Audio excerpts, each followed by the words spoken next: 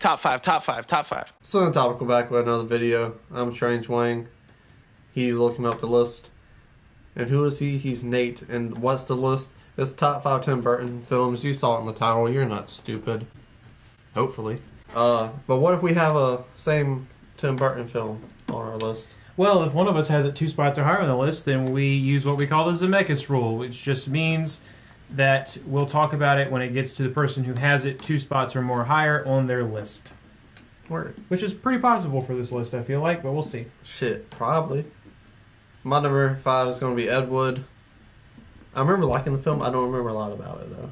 Okay. It's about a guy making a movie about a movie. Right. I like movies like that. Yay! One film I do remember a little bit more about is Sweeney Todd. Okay. The Demon Barber of Fleet Street? Yeah, it's a good movie. Mm-hmm. It's not great, you know? I like a musical. So, I don't know if it's too long. But this is the best of her films.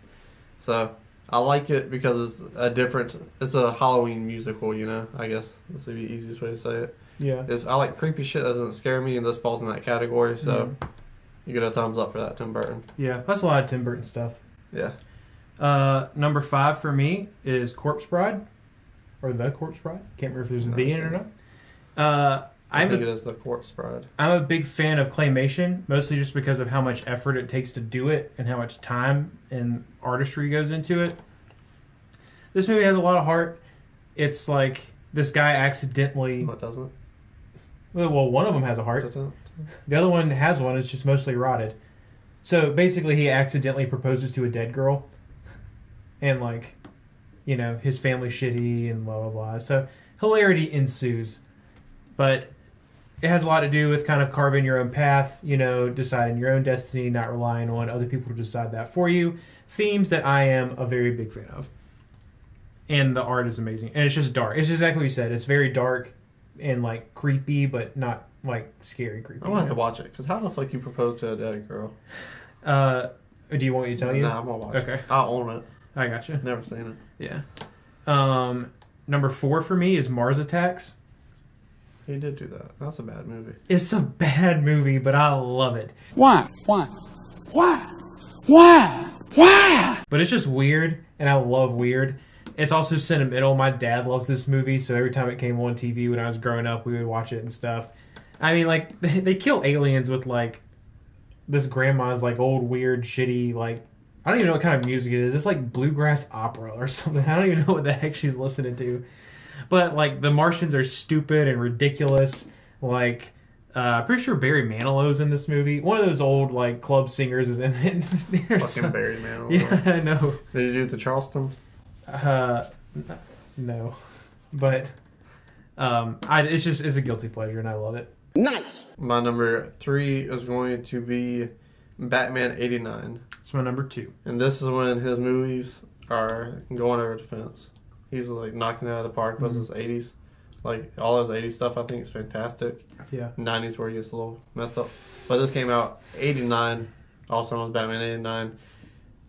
I don't like the Bruce Wayne performance. Okay. But Batman? Yeah. That is my Batman. Keaton's a great Batman. I had the VHS where you have to go and get your mom to put her thumb in the thing and like fix the film of it. You know? When the tape gets loose. Yeah. Yeah. And like I went through like 3 of those as a child. That's like my Batman. And growing up and learning about film, I have a great appreciation for it because not only if it's like that's my Batman film, and I love it for sentimental reasons. You know, I see why he does things. You know, Sure. I'm like looking at why did he choose this angle. Because like I'm watching it so many different ways now, and this is a great directed movie. Yeah, it is. You know, Mm-hmm. like say what you will about the fucking neck thing and like the time period, but like it is great. Yeah. Like I don't like Prince, and Prince is even good in this. Tim Burton made Prince good. Yeah, it's true. So, yeah, I love this movie. This is my favorite Gotham. Like Tim Burton's designed Gotham. Yeah. I just love it. It's so nostalgic. It feels like a comic book, but just like the big statues and like the feel of it is just so dark, and there's just weird lighting. Like the lighting is so strange, but it's so like it just pulls you in to that city. And yeah, I love Keaton's performance. I mean, I don't have a problem with him as Bruce Wayne, but he definitely, I feel you on the Batman thing. I love him as Batman. And I love the dialogue in the movie too. Can't forget about Nicholson. Right, of course. He's amazing. Mm-hmm. His Joker is probably the best like comic book to form. That's a reach. That's my number 3. My number 2 is going to be Beetlejuice. He was my number 3. We just haven't switched. Yeah. Which I'm pretty sure I know what your number 1 is now. Yeah. This character, 5 stars. That there's impressive. The dialogue he says, like what are his actions. He's a shyster. He's an undead shyster, and I love shysters. I don't love undead people, but I love shysters. That's a fact. Mama Wang, she hates this movie because of how many times I'm like, Beetlejuice. Like, go watch fucking Clifford, kid. Like, why do you want to watch Beetlejuice so much, you know? Because it's better than Clifford. Explains a lot about me now, but... Yeah. Michael Keaton as Beetlejuice is like... Perfection. I also think it's an excellently directed movie. It really is. Like, the weird... Like, you needed Tim Burton's weirdness to pull this off. Like, how many movies would you say are in the same, like... They have the same vibe as Beetlejuice, even, you know? Like, I just don't know another director that could do that. Yeah, like, if you're going to bring a character that strange to life in, like, in a live-action movie, like, it has to be Burton, you know? Yeah. And, yeah, Keaton getting to be weird. And, like, thinking about Keaton as Batman and Bruce Wayne versus how he is... Like, it really shows that this guy does have some pretty solid range to him. Yeah. And he can buy into it and go for it. And I think that Burton really brought that out in him. I love that movie a lot. It's so, like, just wacky and dark and weird. Yeah. It's great. He's, like, looking up on it, like, that chick's skirt and stuff. Right. Like, that's the best. Yeah. Yeah. That was my number 2. What's your number... We went through your number 2 and 3. Yep, we're on number 1, which is probably the same. Yeah, Big Fish. Yep, number 1 is definitely Big Fish. I watched this film because of you very recently, and I didn't have a father. He's still out to get in a pack of cigarettes or something, but not like I didn't think I would have the emotional attachment to it as you do, or John Roca from Collider. He loves this film because of the father-son relationship dynamic. It's very similar to his situation that he said in like past videos, passing through YouTube and stuff. So I knew what I was getting into. I didn't think it would hit. This film hit. Yeah. Like, it hit like I watched Rocky for the first time. Like, wow. Tears. Yeah. Tears. And they're not even like sad tears. It's just like a weird mix of like sadness because this dude lost out on like so many great memories he could have with his father. Right. But also like my father's the shit. Yeah. And it's like a celebration of his life. And like from the point where his father dies until the end of the movie, like I could barely see. Yeah. I had no windshield wipers. I took my sunglasses off and everything. I was still crying. You know, I couldn't see the screen. Yeah. Wow. This movie, its importance to me has like grown as I've grown. Because I saw it for the first time, I mean, it's got to be pretty close to at least... I didn't see it in theaters, but I don't know when it was released for the first time, but... I'll say probably in the 90s. It has that feel to it. Yeah, I just... Like I'm saying, I don't know exactly when it was released, but my aunt that I talk about sometimes, she was like...